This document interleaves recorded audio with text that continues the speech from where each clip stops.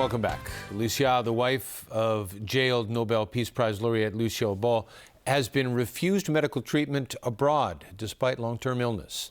She was admitted to a hospital in Beijing Tuesday.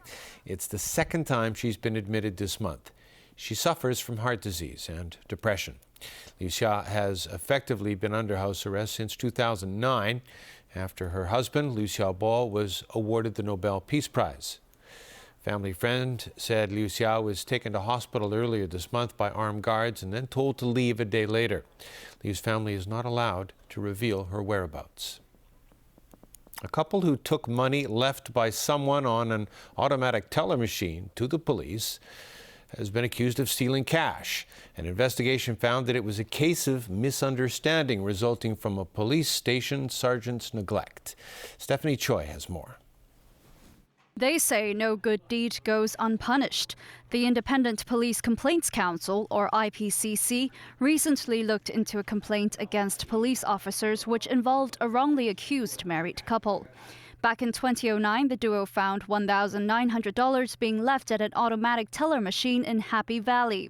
Thinking that someone had forgotten to take the cash, the couple handed the money over to the Happy Valley police station. After the money went unclaimed for 3 months, the police gave it to the couple.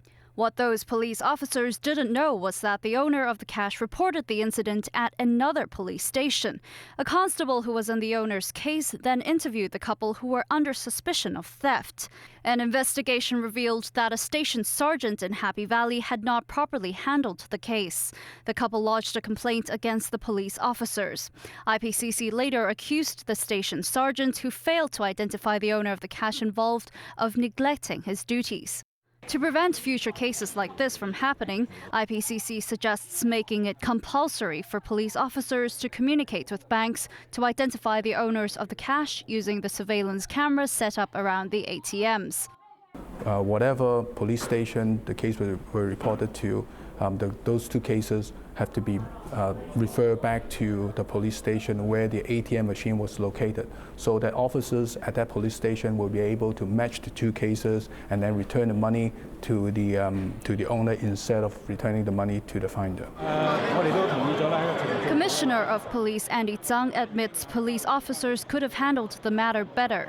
He says the Director of Management Services of the police force will follow up on this issue and come up with suggestions for improvement if necessary.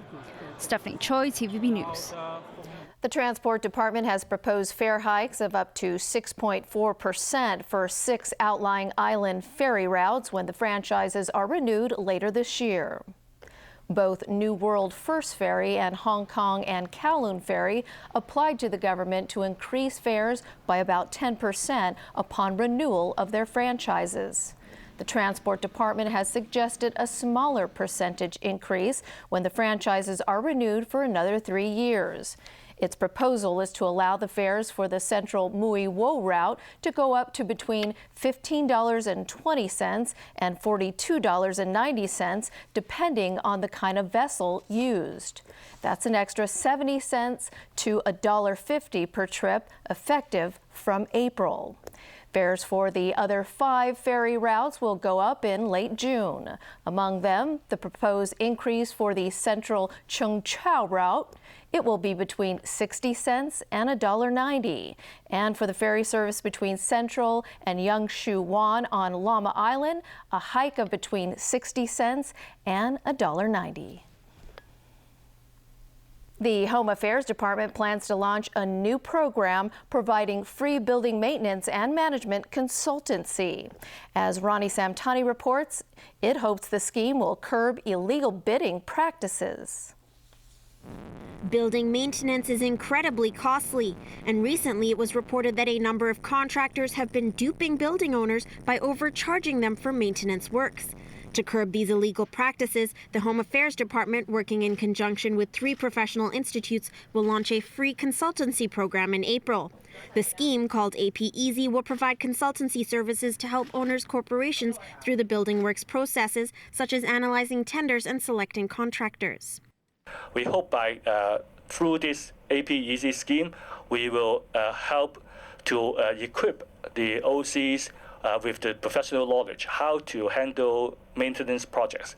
We believe that when they understand their rights and also the means to prevent illegal activities during the maintenance process, we will be able to avoid such situation. The one-year pilot scheme is aimed at residential or commercial buildings that are at least 20 years old. The Home Affairs Department says to be eligible, the annual average rateable value of the residential units cannot exceed $300,000. The department will also launch the second phase of its Building Management Professional Advisory Service scheme to assist old buildings in setting up an owner's corporation and facilitating maintenance works. Applications for the new scheme will need to be submitted to the Home Affairs Department by March 31st. The department added that older and more run-down buildings will be given priority. Ronnie Samtani, TVB News.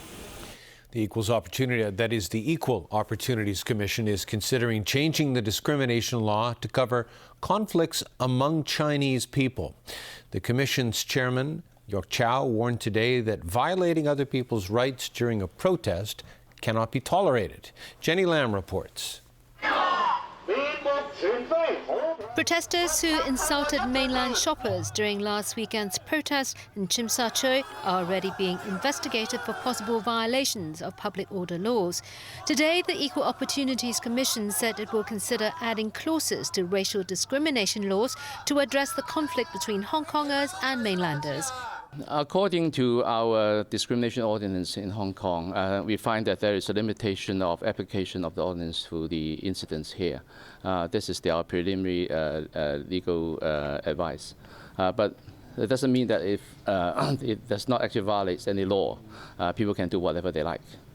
He said while existing laws may not cover discrimination among Chinese people, the violation of other people's rights, especially when they're innocent tourists, while exercising one's freedom to protest, cannot be tolerated. Jenny Lam, TVB News. All right, what do you have for us in sports today, Chris? Marquee events, apparently, at the Winter Games in Sochi, and they're reaching a dramatic conclusion. Here's Jameson Wong. And that is a solid wrap of our news. Thanks for watching. Good night.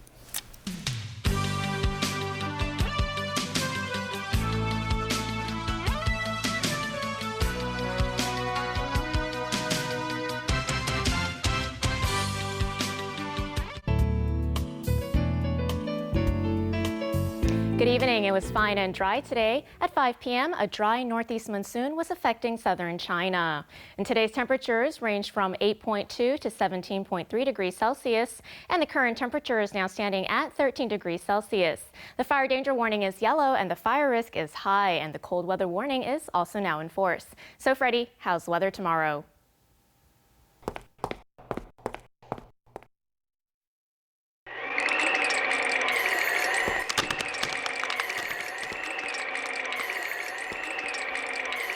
Cold tomorrow morning, then mainly fine and dry during the day. Temperatures will range from 11 to 16 degrees. It'll get warmer this weekend. Tomorrow morning's air quality health index will range from low to moderate, and the maximum UV index forecast for tomorrow will be about 7.